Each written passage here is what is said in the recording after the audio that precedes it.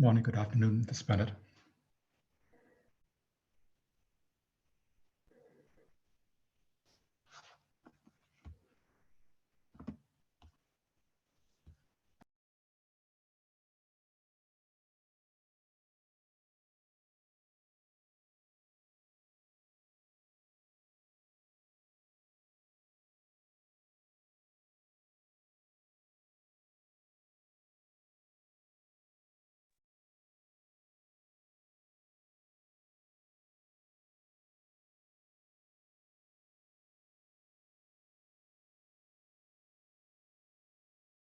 Hello.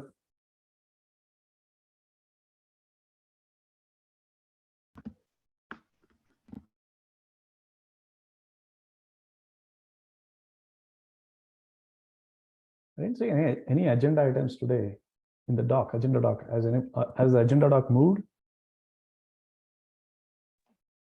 I don't know. Yeah, it seems like maybe they missed out on putting the agenda for the last time as well, unless the agenda doc has moved.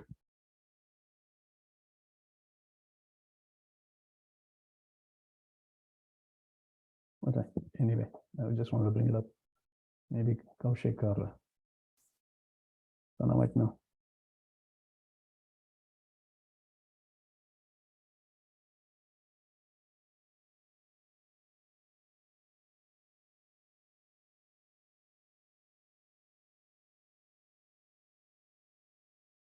I think it just has the January 23rd as the last minutes in the document, right?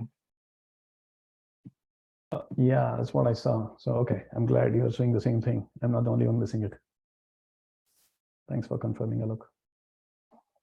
No problem. Question, did Sana said last time they're going over Bernard's input? So that's my understanding.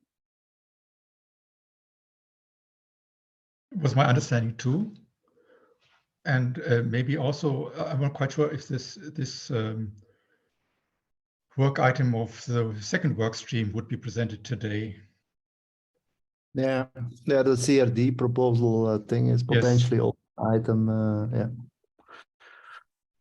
Yeah, I think these are the two topics as far as I can, or I understand. But I didn't explicitly ask for the agenda slot, but I think I somehow. Okay, I don't know.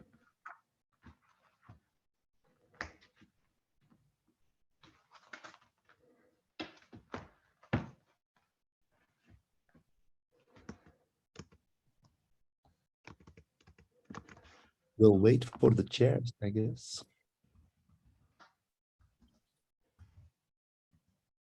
I'm also in India right now, so I understand the feeling of Koshak.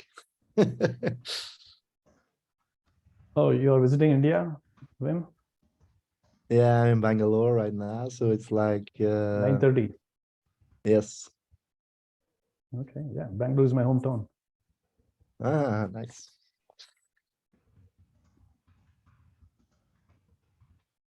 Yeah.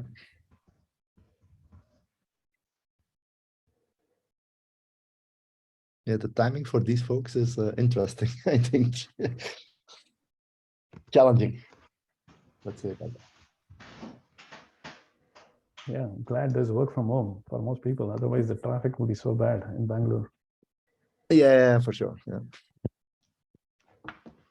Okay, Kaushik is here.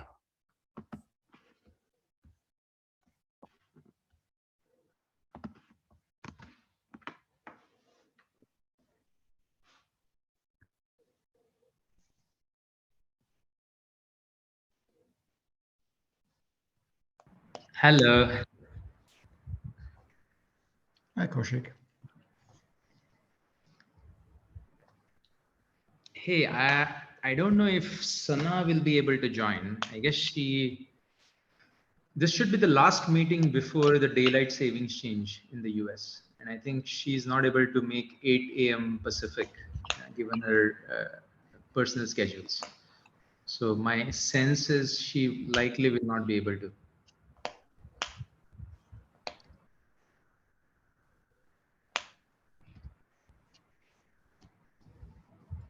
So I had one or two topics that I wanted to discuss more about logistics, right? One, Wim, you had shared the CRs with some of us. Maybe we want to use this time to either you can present Wim from your side and we can use this time to go over it. Or if some people have already gone through it, I have somewhat, then we can take feedback on the CRDs, right? These are the nephew R1 CRs. So that was one topic that was top of mind. There were a couple other logistics, but I would rather focus on whatever is the, SIG1 inputs or feedback needed towards CRs. We could use this time to discuss. Would that be a good use of time? Yeah, I also believe that Bernard, we last time we tried to have him on the agenda, but we went overboard. So I think it would be also fair to have him present his part, I think. Sorry, Wim, I missed you. Are you saying you will present now or would you do it at a No, later? no, I can Kaushik, present yeah, sorry. So I believe Wim will definitely want to present his part, and I'd be interested in that. But we last time sort of already saw that we only had the possibility to reflect the input from tellers regarding the user journey. And we didn't have the chance of looking into other aspects. So we could, of course, wait for that for next time until Sana is back again and focus on the CR proposals. But sort of this was on the agenda for quite some while, and we didn't sort of manage to address that yet. Right. And I was actually talking to Sana, but she just, we couldn't get this meeting moved at the last minute, and I did not know she will not be able to join. So I will reach out to her offline and I will work with her to get the user journeys portion completed, reviewed and completed. Okay. So then I would hand over to Wim and rather sort of focus on the CR proposals from his side. We also have Vish raised his hand. I can share my desktop in the meantime. Yeah, I just wanted to say, Kaushik, I don't see I don't know, are we still using the same agenda document that is pinned to the Slack? I don't see any updates being made unless the agenda doc has been moved. So there's an agenda sheet, Vish, which is linked off of the document where we are supposed to upvote. Though, to your point, we have not been using the upvotes to schedule the items, right? So what I would do is today at the end of 5 minutes before this meeting, I would like to open up that sheet. I'll ping the sheet in the chat. So all of you have access, and I would like to pick a topic that has been upvoted the most and schedule it, meaning identify the speaker and get it scheduled for the week, for the subsequent session. That way we have a rigor into the planning. We haven't done that until now, but I would reserve the last 5 minutes to do that, if that's okay with you. That's fine. I just wanted to point out because most of us looks like we are seeing the same document. The last update of the agenda was on Jan 23rd in that particular agenda document. And was curious if the document had been moved or if it is not getting updated. Seems like it has not been updated. That's fine. Yeah, this document is not getting updated. I guess I updated when I have been attending, but in scenarios where I'm not around, it probably doesn't get updated. Thank you. Just want to bring it to your attention if you think it makes sense. For sure.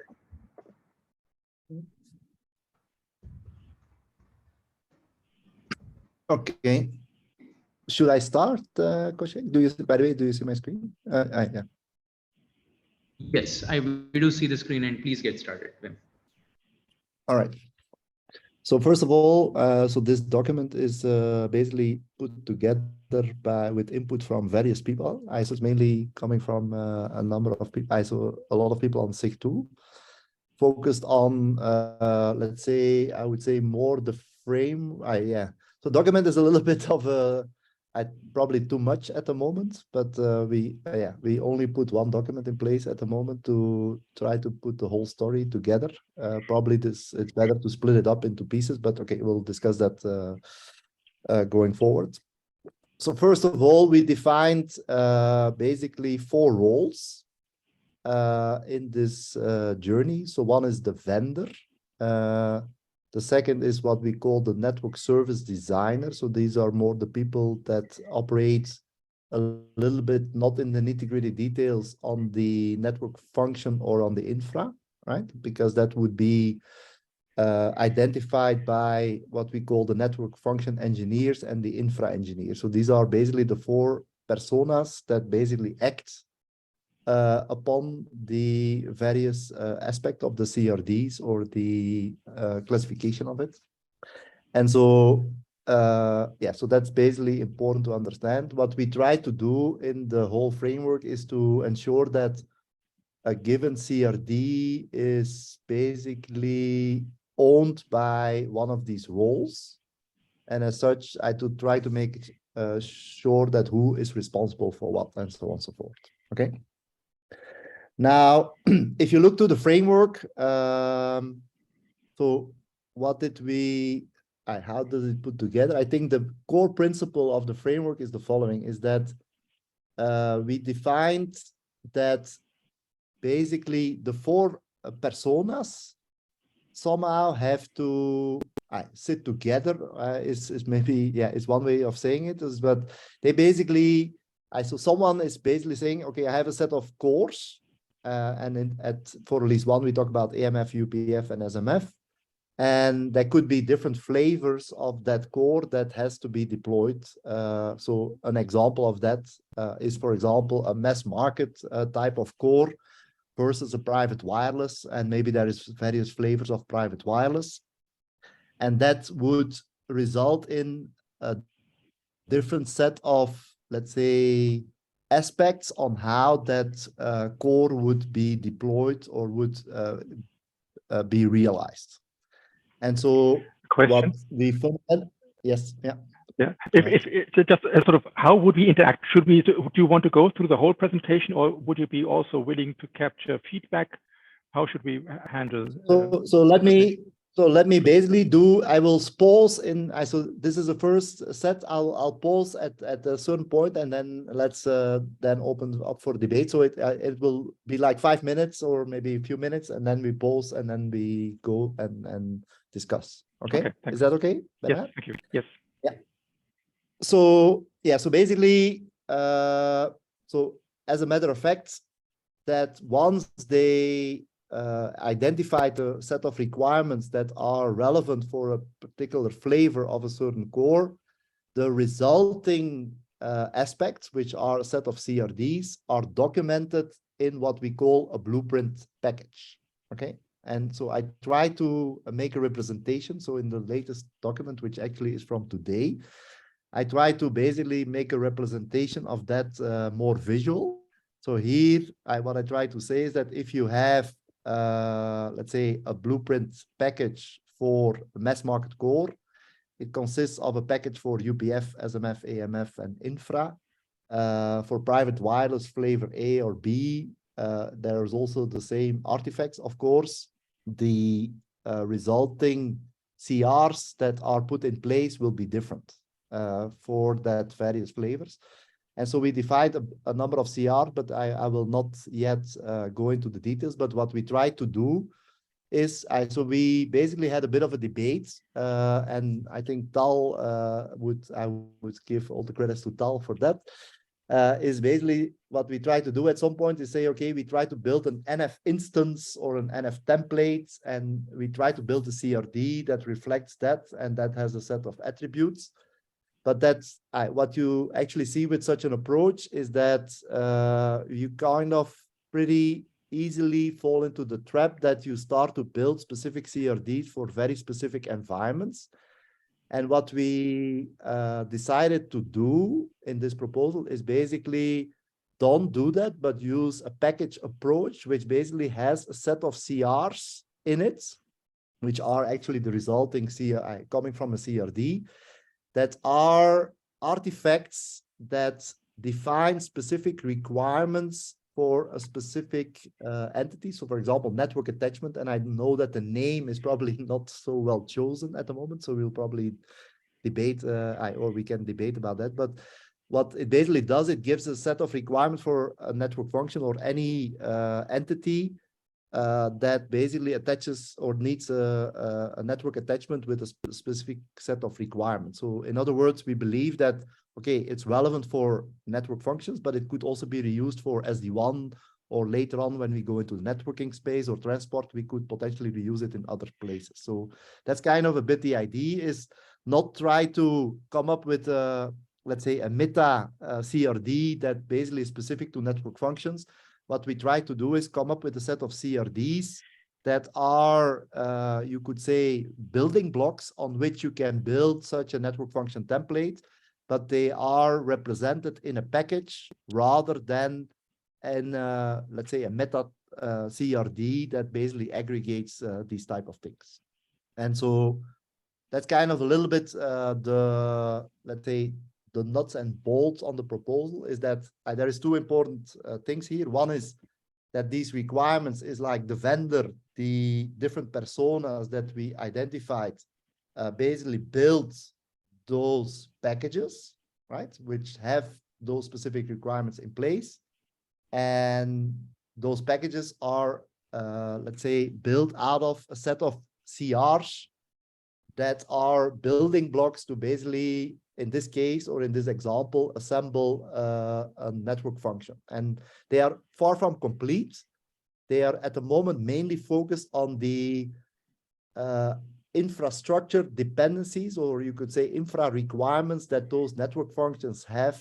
And that's what they typically express at the moment. But one thing I wanted to already point out is that such a package is open for extensions. So in other words, I put here in this diagram other, meaning you could have a specific vendor that has a specific CR, could put its specificities in there. Or it could be that another project, wherever possible, defined a CR that we want to reuse, we could add that into it, right? Of course, there is one gotcha, is that you have to build a controller or a function that actuates upon it. So that has to be built as well. But in other words, what we believe from a SIG2 perspective is that that approach is flexible and that we don't constrain ourselves too much, and that we have that flexibility to add CRs into it. So I would pause here to open up for questions or remarks or whatever. Yeah.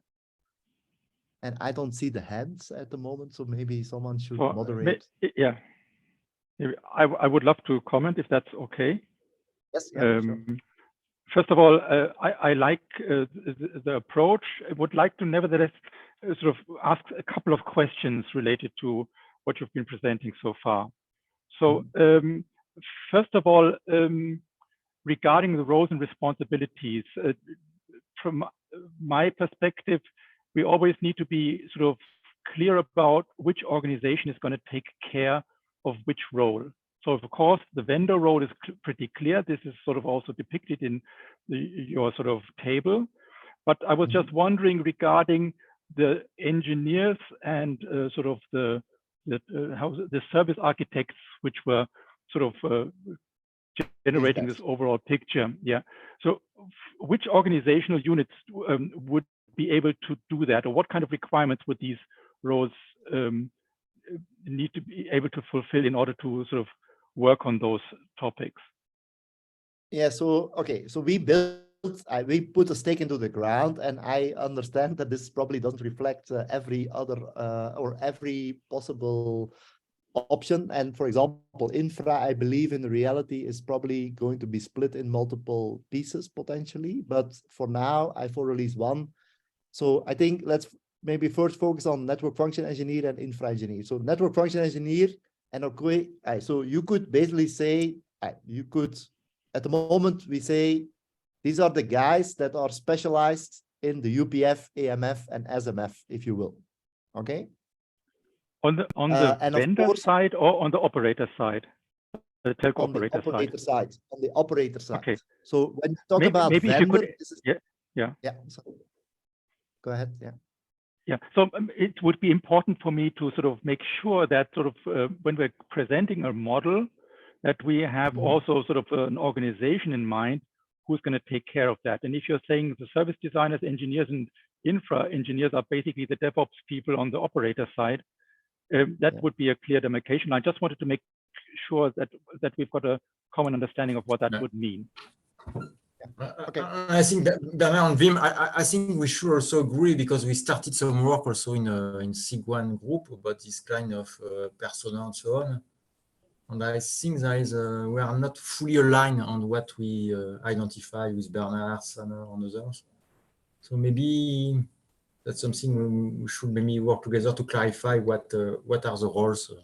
Because for me, you identify, for example, network function engineer, but for me there is another role that is, let's say maybe the DevOps automation team that is a bit different, who will be responsible to define this package at the end of the day that will be, let's say, used to be deployed. And yes, there is maybe some point of convergence that we should work on. Yeah, and that would for sure be of interest to all of us, right? To get to the bottom of that a little bit better, right?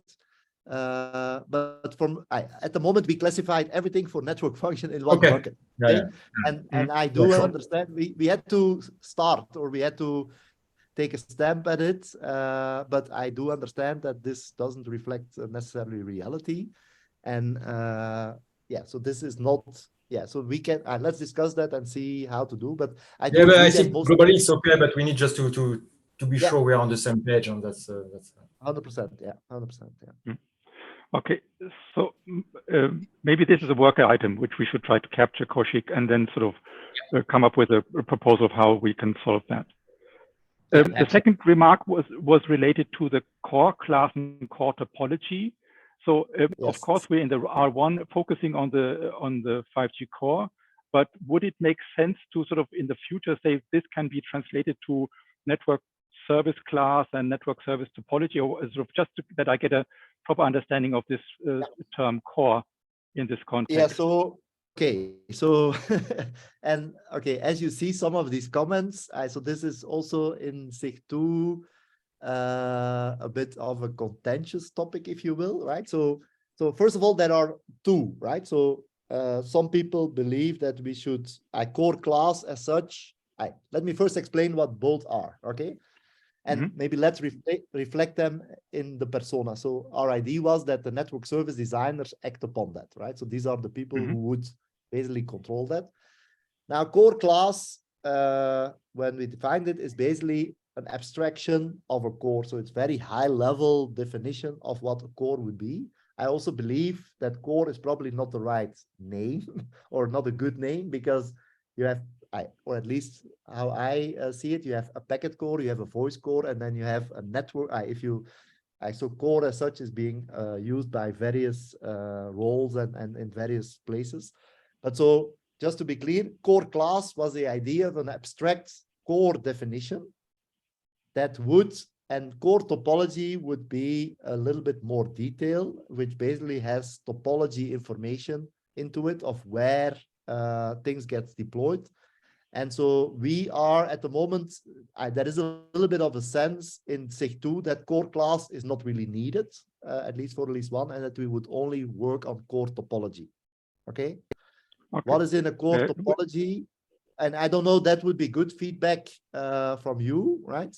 But what you also see, Bernard, is that if you look at service topologies and service things, we are coming into the service orchestration space, right? Which means this is kind of a bit of slippery slope, if you will, at the moment. And that's why we try to also stay a little bit away from that in Nephew release 1, just to focus on the bare bone of what we need in order to move forward, basically. So we try to stay I understand. Yeah, I understand that, Wim, but just wanted to understand sort of if we're only focusing on 5G core, what would happen if we do that for RAN, etc. So the concepts which are applicable also, for instance, for the RAN area or any other kind of network sort of topology which we might have in mind. I was just wondering if we could try to differentiate that and make sure that sort of when we're speaking here about core, that some of the concepts are still applicable for other types of workloads. Yes, yeah. So and that's a fair point, and that would be very good feedback. I believe that core as a name, by the way, I came up with it, but I 100% agree. I don't like it personally. Okay, but Yeah. and I so before we used 5G, but 5G is also too limited, I think. And then but my personal view is that topologies should going forward also contain RAM and other elements that we need to deploy that type of infrastructure, if you see what I mean, right? So for me, it should not be constrained with core, but we focus the use cases today on core, and that's why we call it core. But if there is better suggestions for the name, we are all ears, or at least I would be very but maybe simply a small comment would suffice to simply sort of point out that sort of we're currently focusing on core, but some of the concepts would be applicable also for other approaches, because 100%, yeah, 100%, yeah, correct. And that's what we try to do, is come up with a framework that doesn't limit us to specifically core, if you will. But for me personally, core as a name, I personally don't like. So if we really get feedback to say, okay, let's, if there is suggestion for better names, I think we are all ears. Yeah, Tim has mentioned deployment topology and so on. Yeah, but I think we, again, sort of another we don't have to topic. discuss that right now. We can do that probably exactly, offline on Slack or something. Okay, then sort of what comes to my mind is sort of... Bernard, if you don't mind, Bernard, if you don't mind, Dimitrios has had his hand up for a long time. So should we let him go first? And let's maybe use the hands for queuing ourselves, if that's okay. Yes, thank you. I have one question around the network attachment definition that has been included in the package down in the diagram that you have. First of all, this network attachment definition. Dimitris, this is not the pack, and so again, this is a bad naming choice, I think. And Eric is suggesting, for example, some new names. This is not yet at this stage the network attachment definition. This is a NFIO network attachment CR that would be input to generate an NAD, but it's not yet the NAD of Multus, just to be clear. Okay. Then I will leave it as this. I thought it was network attachment definition. Okay. Not yet, but you will see later it comes. So let's maybe discuss it when it comes later on. Okay. Yes. Yeah. Thank you. But at this stage, and that's why the name is probably badly chosen. Again, here, welcome all inputs, but this is not the Multus network attachment definition. I just wanted to clarify. Yeah. Okay. All right. So if I'm sorry, sorry, I haven't finished my things. So if you don't mind. So I was just wondering, this picture which you're showing here, the result which is shown here is the work of whom? Who is sort of needed in order to create this result? Is that the joint effort of the vendor, the service designer, and the engineers, or is it something which sort of a service designer could do on his own? So at the moment, we believe, so first of all, what we believe the flow would be is, okay, there is going to be a meeting, right?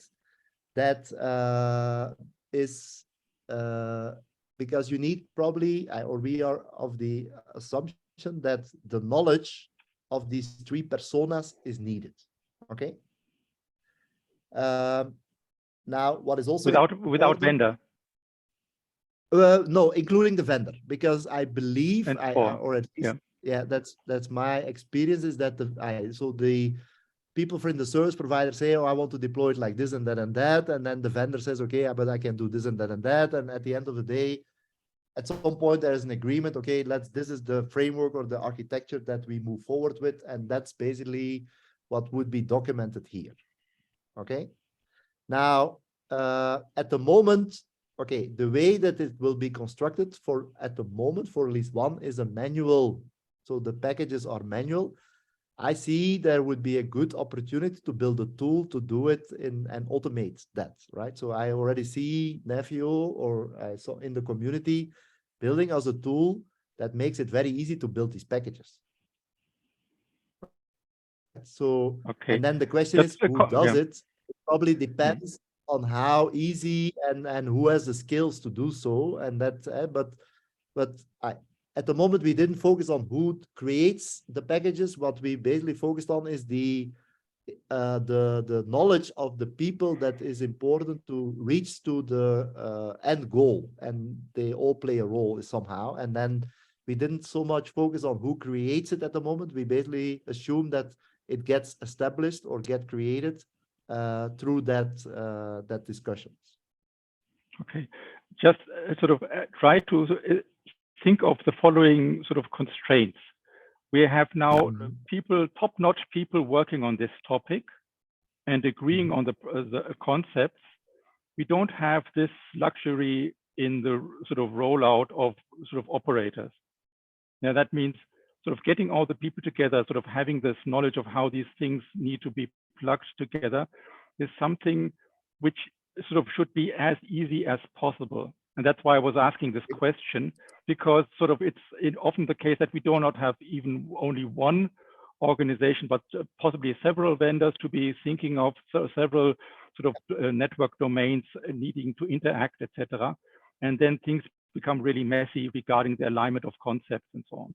So ideally, and that was one of the sort of the hopes which we have from the Nephew project, is that when we obtain certain sort of packages, let's say, from our vendors, that some of those are already sort of defined in a plug and play type of manner. That means they're already providing these network attachment CRs and the network, and all these sort of relationship information, so that it would be much easier for us to then have network service designers create or derive the appropriate topology out of those individual building blocks. Yeah, and so, okay, so Bernard, we at the moment we didn't want to focus on who creates the package yet, but I do see your point for sure. Is that this could, just to be clear, I think the reason we went to the approach is to give us flexibility, because I see various implementations possible. One option is, as you mentioned, the vendor. So you basically say to the so the vendor is involved and you have an agreement, and the vendor basically delivers that blueprint package and you consume, right?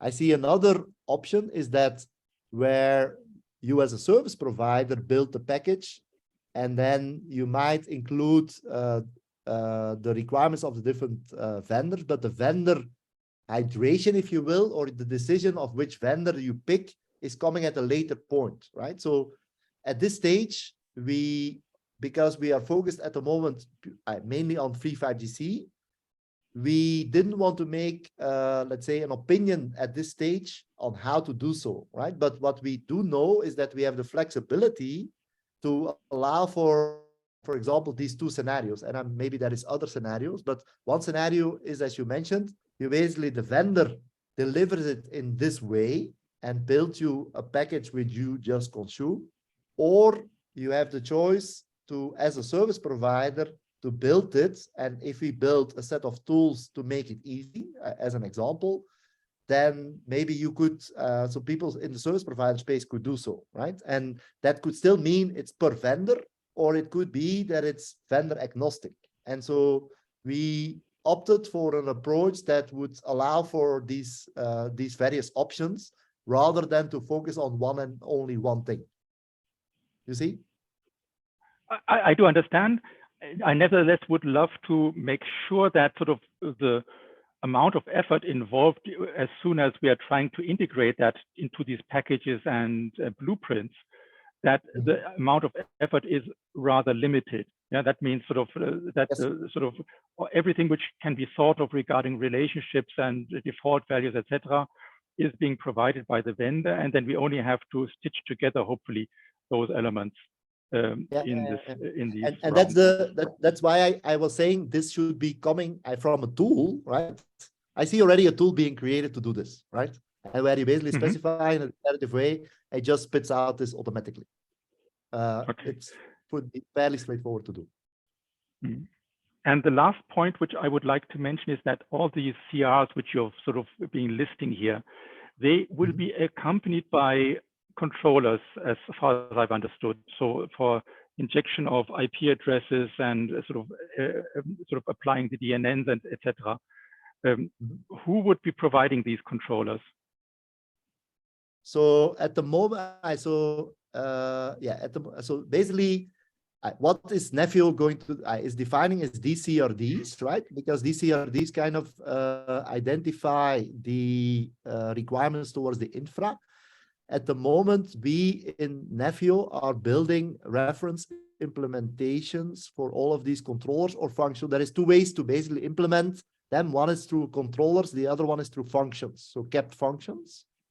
Both of them are things. So in release 1, when we deliver release 1, we are planning to deliver what you could say a reference implementation for these. Mm-hmm. So these would be original Nefio constructs, which the community would be providing, but it could be augmented with sort of CRs coming from the vendor. And then if they would be coming from the vendor, then there would be the need of having the vendor possibly then providing these types of functionalities.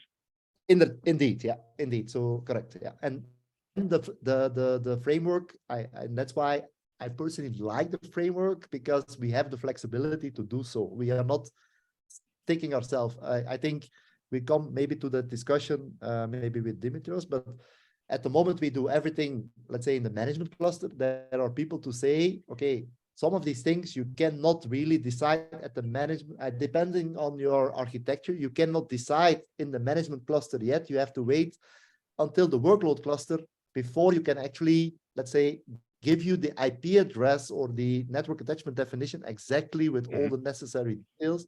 So that is possible. Although in release 1, we have been focused more on what we call the shift left approach. But again, the shift right, if you will, so doing it at the later stage is not excluded at all, right? And we plan to support that as well. In release 1, we just have to, we just have maybe 1.5 months time, if you will, to deliver it. So we basically said, okay, let's focus on one thing right now, but then we can give other possibilities going forward. But so, and what I personally like with the framework, and this is not coming from me alone, so this has been coming from various people, is that we don't lock ourselves into a specific thing.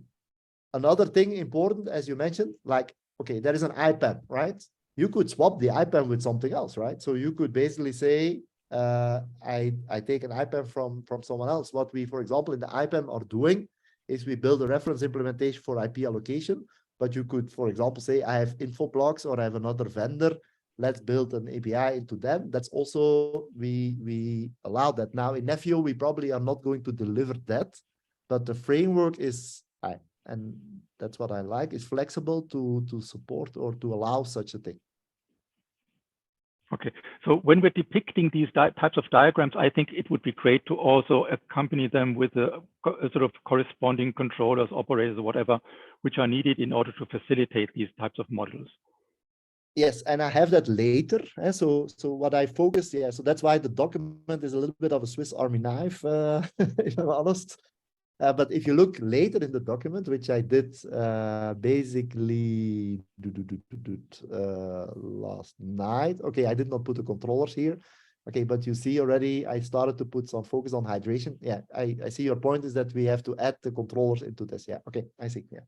So, and I think I just explained it here in this section, but not documented or not shown a picture with the controllers, but we can add that. Yeah, I can add that. Yeah, not a problem. Thank you.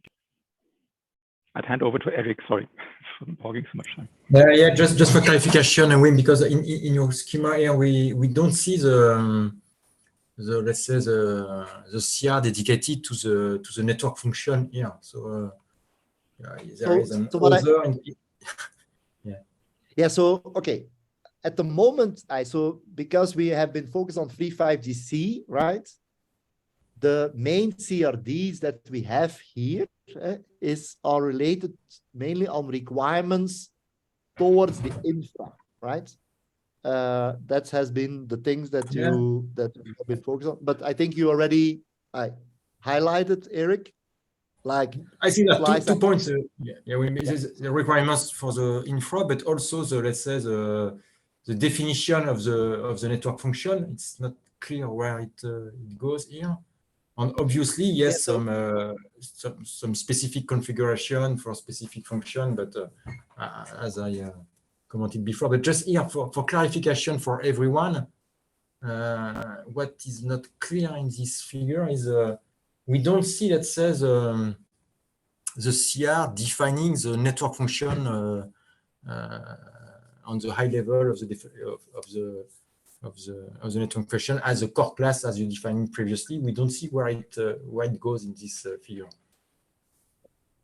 Okay, so maybe should I maybe go to the example and maybe I hopefully maybe yeah.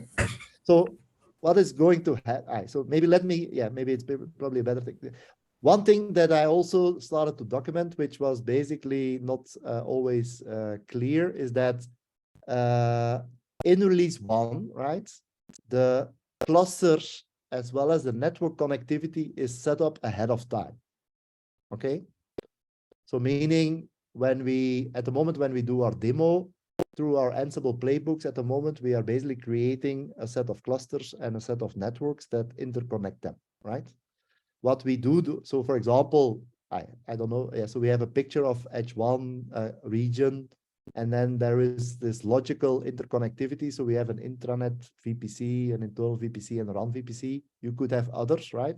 This is basically pre-created and not delivered through CRDs at the moment, because release 1 is not focused on that. But what I wanted to highlight is that the environment when we spin up the proof of concept for Nephew at the moment, they basically create this. And what is important is that there are basically 2 CRDs or CRs, if you will, that represents these resources, but they are not actually created through a CRD, if you will. So in other words, in release 1, and even in the demo, we had a CRD which represents a cluster and it has a set of attributes. And we also have, for example, in the IPAM at the moment, we have CRDs that represents these network instances, and they have IP addresses allocated already ahead of time that represents that region and that cluster. So basically we have all of that predefined. And what I'm trying to highlight, the way it functions, or it's going to function in R1, is that this is created ahead of time, but these CRs actually are made available so that the other controllers and all the rest of the work can act. But there is no lifecycle management or whatsoever through CRDs or through CRs and controllers on these objects. Okay.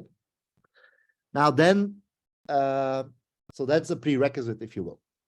The next thing that is happening, and here that's the contention I say, or the contention is, so we are debating, so we believe that we only need this to start and not this. So the upper part is probably not needed. We only focus on the lower end part. So this would be the topology. And if you have a better name for core, we are all ears for that. But this is how everything starts. So basically, and again, here, there could be input of other, and I think, Eric, you already did with affinities and stuff like that, so that we have to add some capabilities in there to say an AMF cannot be on the same cluster as an SMF or some other, or UPF cannot be shared and stuff like that, so we could do that. Basically, this is basically telling this core has an AMF, an SMF, and a UPF function, and it has a set of, let's say, attributes on where it should be scheduled, if you will, right? And what happens now into the picture, and now I'm going through this topology control, so I try to build this. So this is, again, so there is 2 prerequisites right now for the R1. One is that the network and the clusters are pre-created. The second prerequisite, as we discussed before, is that these packages are created, right? So at the moment, we are not yet focused on how they get established, but we assume that they get created. So when this CR, so this one is getting applied to the system, what the topology controller will do, and again, there is a set of constructs beyond the topology controller, but I simplified it for now, that basically is going to say, hey, I need this blueprint, I need a UPF of this type, of this flavor, I need an SMF of this flavor, I need an AMF. I did not draw it because the picture became too big. And what it basically is going to do, it's going to create let's say, a new package per cluster where each of these NF types would be deployed. And in those packages, there's going to be the original CRs that are that were in the blueprint package, and there is, because of ports, we have all these references where they came from and stuff like that. So they are so if you would do an update here, we could actually get the reflection back here and so on and so forth. But what I'm trying to say is that there is an initial set of CRs, so there is just a copy of what you have here, and then we start to inject through that chain here, and this would be package variant set with ports. So I did not detail that completely, but it starts to inject, and here, for example, Eric, we could inject like the UPF or SMS specific deployment or specifics in here. That's one way of doing it. I'm not saying that's the way to do it, but for example, cluster CRs would be injected already through that chain.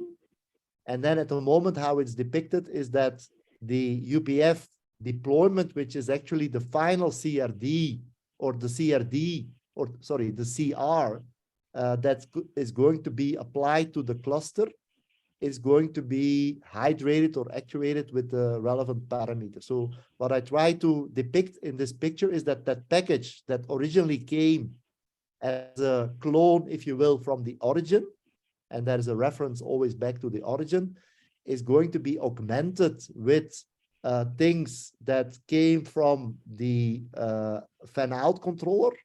There is intermediate CRDs, if you will, that are being created, CRs, sorry, I always talk about CRDs. So CRs that are being created to be able to do the hydration, but they are never applied to any cluster. So they are just living in the package to be able to do stuff. And there is going to be a set of CRs here, which are the green, that will finally be applied in the workload cluster where this network function gets deployed. So that's kind of a little bit the process. Now, to your point, I think, Eric, what you're saying, or at least that's how I understand it, if I have an SMF and I have an NSSI parameter, how do I get it? Is that your question? It's part of the question, yeah. So we have to, so that has to come within this process. So we did not define every nitty-gritty detail yet, but that has to come within this process. Either it came originally from the blueprint package, if we can do so, or it is going to be specifically, let's say, defined during that instance that gets scheduled on a specific cluster. And so we have this concept of package invariant information, so things that are not going to change from a package, and then we have package variant information that's going to change along the cycle and for a specific instance, for a specific location, and so on and so forth, right? But just for clarification, Wim, the cluster CR here are just intermediate CR. Yeah, the cluster CR is a means, so we need, okay, and that's again, and not everything is sorted out, but if you look at what we did in the POC in November, the controller was looking up the cluster CR as through a controller, right? What we have learned, so, and I said, as I said before, we have two ways to do this. So two elements that we can use to basically do this hydration. One element is a true controller, as we all know from the Kubernetes thing. The second element that we have is kept functions. So functions that work within the package. The difference between the two is that a function is living within the package is way lightweighter, right?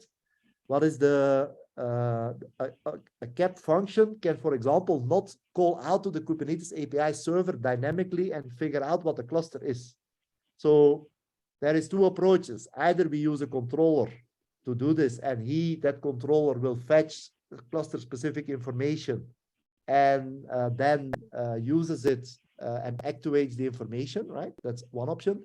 The other option is that during this fan out, we already know the cluster on which is scheduled. So let's already put that CR that represents that cluster into the package, in which case we can do a bunch of things through functions.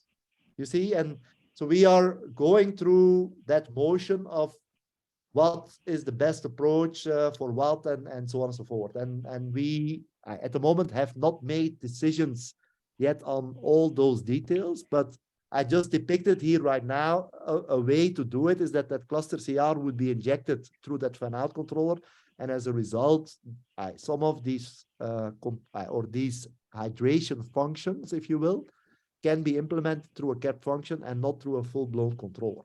And okay, that's a little bit why I depicted it like that. Does that make sense or clear, or made it more confusing? Yeah, I think Wim, I think it's okay for me, but I think for most of people, the way we are defining all this packaging and so on, it's very disruptive with regard to what has been done in the ecosystem previously. So that's why I need to explain and explain again.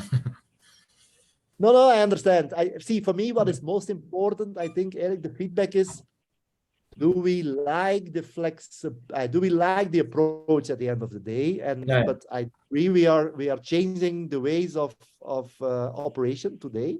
Sure. And okay, yeah, that has consequences. I understand. But on the if we believe this is a good approach, then we should take it up and go for it, right? And we have to do a lot of stuff to make this happen. I don't get me wrong. But I'm personally convinced that this is a game changer. But okay, I would love to hear other opinions. I think Bernard has his hands raised, I guess. Yeah. Yeah, sorry for yeah. Okay, so I would want to sort of have a scope definition of what kind of information is going to be put into the topology definition. So if you scroll up, you had something like sort of a cluster and capacity type of specification as input for this topology controller.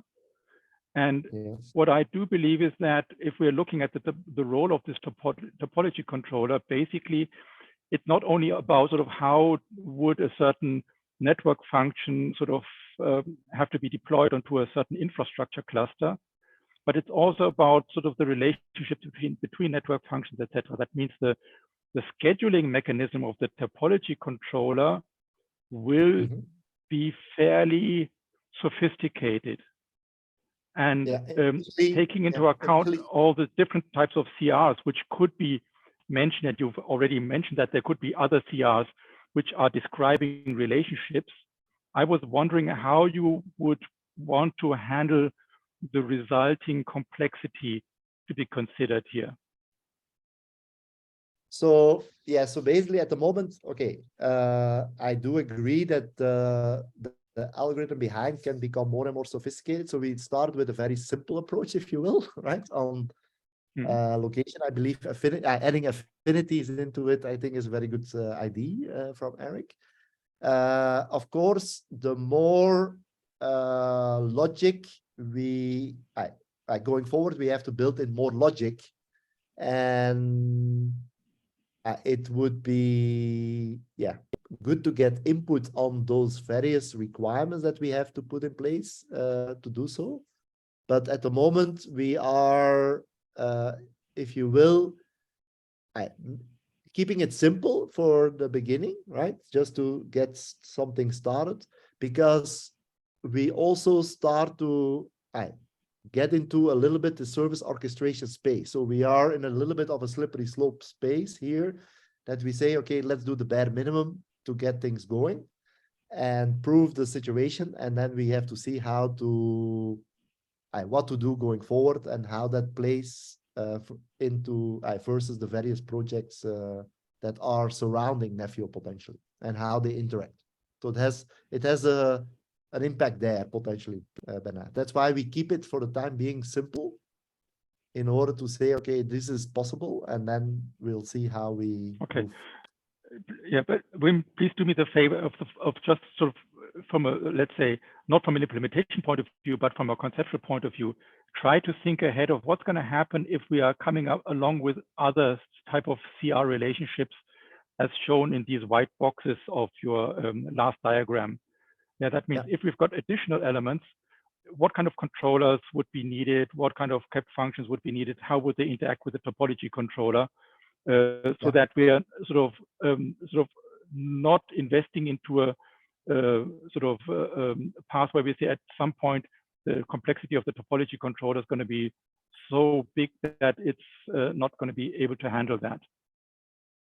Yeah. Now, so if you look to it, okay, the question is, I don't know whether we have to spend the time, but yeah, we can maybe do a separate session on that. For example, if you have a certain vendor which has specific requirements on a cluster, you could already see that potentially that could be brought into that logic, right? To say, I cannot schedule. I agree. Yeah.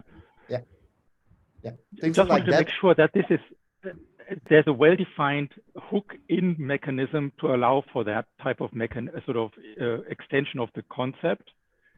Because otherwise, people will circumvent it and say, look here, it's all nice for this playground type of scenario, but as soon as we get into the real scenarios, then topology means a lot more, and then suddenly we've got a separate approach coming from the vendor, which is not following those guidelines. That's my concern here. Yeah. That's why I want to see that this extension approach is also looking at how would that fit into this controller mechanism.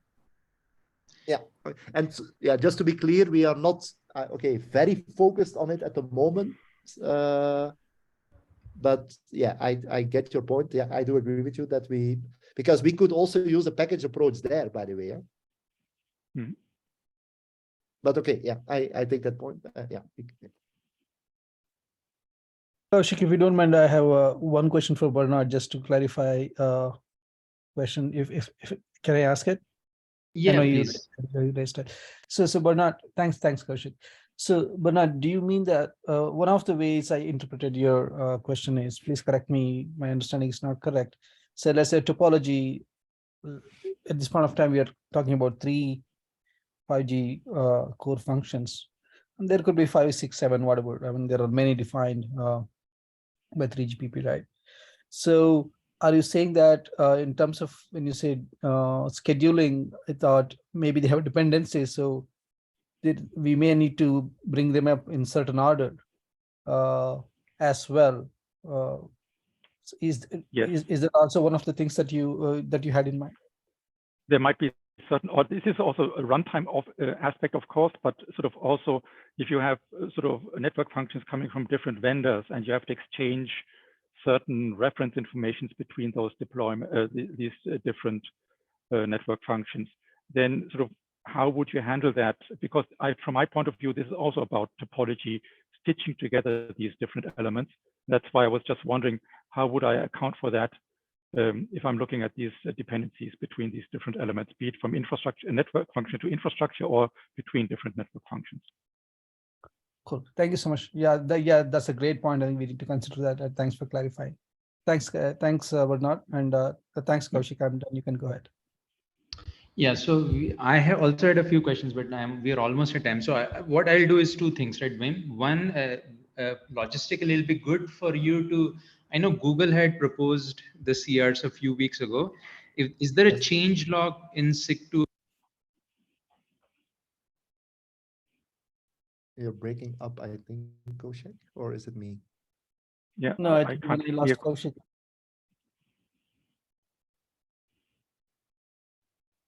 I think we lost Kaushik. We've lost you. Yeah.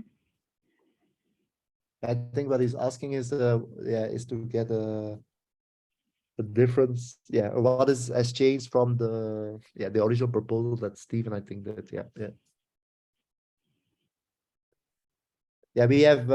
we had various discussions on it, but he wants to see a change log. I don't think we have that, but we can build that. That would be fairly easy because Wim,